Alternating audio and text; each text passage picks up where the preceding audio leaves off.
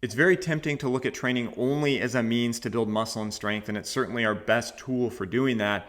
But if you look at training purely through that lens, then you're going to be looking past a ton of other benefits, some of which, upon second glance, may actually be more important than just making gains.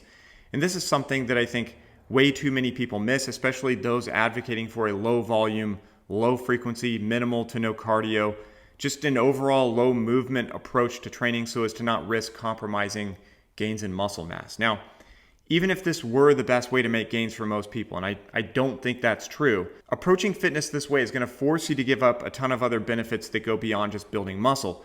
There are benefits tied to the process of moving more, not just getting as jacked as humanly possible. So for example, while being muscular can certainly feel good, it's not the same as the feeling you get from actually training, because exercise itself, the act of doing it, is one of the most reliable and potent mood boosters available. It's right at your fingertips and it's free, and this is reason enough to do some sort of exercise every day. And then there are the impacts on metabolism. And having muscle is incredibly important for your metabolism, but moving more increases your energy expenditure, it improves your insulin sensitivity and your nutrient partitioning, and this gives you more flexibility in terms of your diet. So maintaining good body composition doesn't have to be as restricting as it would be if you were moving less.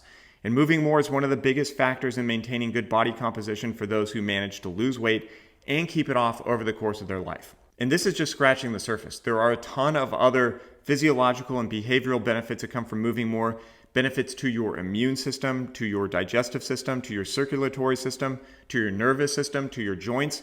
The list goes on and on. And again, the whole premise of minimizing movement to maximize gains isn't one that I would even accept to begin with. Sure, there are always exceptions, and I'm sure there are scenarios where doing as little as possible may be the best choice, but on average, for most people, most of the time, doing a little cardio, doing more than just a few sets to failure per week, not being afraid to get some steps in and get your heart rate up, challenging your muscles more frequently, just moving more daily, that can have so many positive effects on your health and fitness. And the idea of sacrificing those benefits for, a few grams of muscle?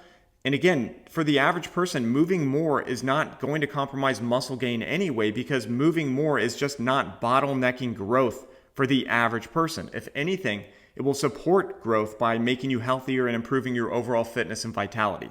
And look, you don't want to go nuts in the other direction either, because going too hard and doing too much, that's a surefire way to sabotage your efforts as well. But don't be afraid of moving. The idea is physiological hygiene, doing something every day in a way that is sustainable, not only so you can leverage the benefits that accumulate from years of good habits, but so you can experience the immediate benefits that come from simply moving more. So I hope that makes sense. If you guys have any questions, let me know. Thanks for watching, and I'll see you next time.